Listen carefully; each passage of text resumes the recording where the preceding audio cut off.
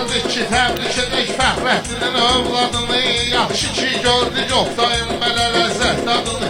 Bölgə oğlu olan qoysun atasının adını.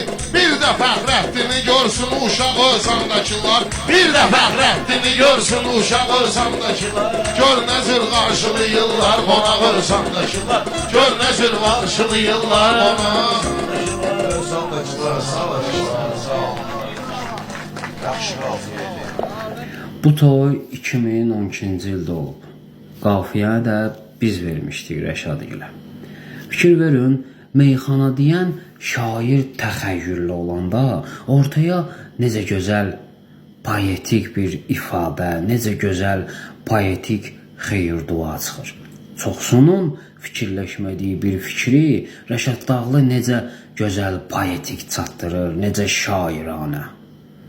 Biz bu videoda Rəşadın necə gözəl meyxana deməyini, onun meyxanadakı gücünü, qüdrətini isbat etmək fikrində deyilik. Heç buna gərək də yoxdur.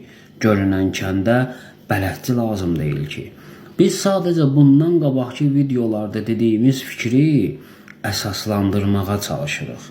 Əgər bugün bir nəfər onun içindəki söz demək potensialını təkmilləşdirmirsə, o sərmayənin üstünə sərmayə qoymursa, ancaq elə sərmayədən xərcləyirsə, 1-2 ildən sonra onun fikirləri ya təkrar olacaq, ya da şablon. Əlbəttə biz iddia etmirik ya, bu mütləq şəkildə belədir. Bu bizim öz şəxsi fikrimizdir. Hər kəsin də öz fikri olsa, ya bizi ilə razılaşmasa, öz fikrini əsaslandıraraq şərh bölməsində yaza bilər. Allah Rəşad Dağlının qapısını açsın, Allah onu öz ailəsinə, sevənlərinə, istəyənlərinə bağışlasın.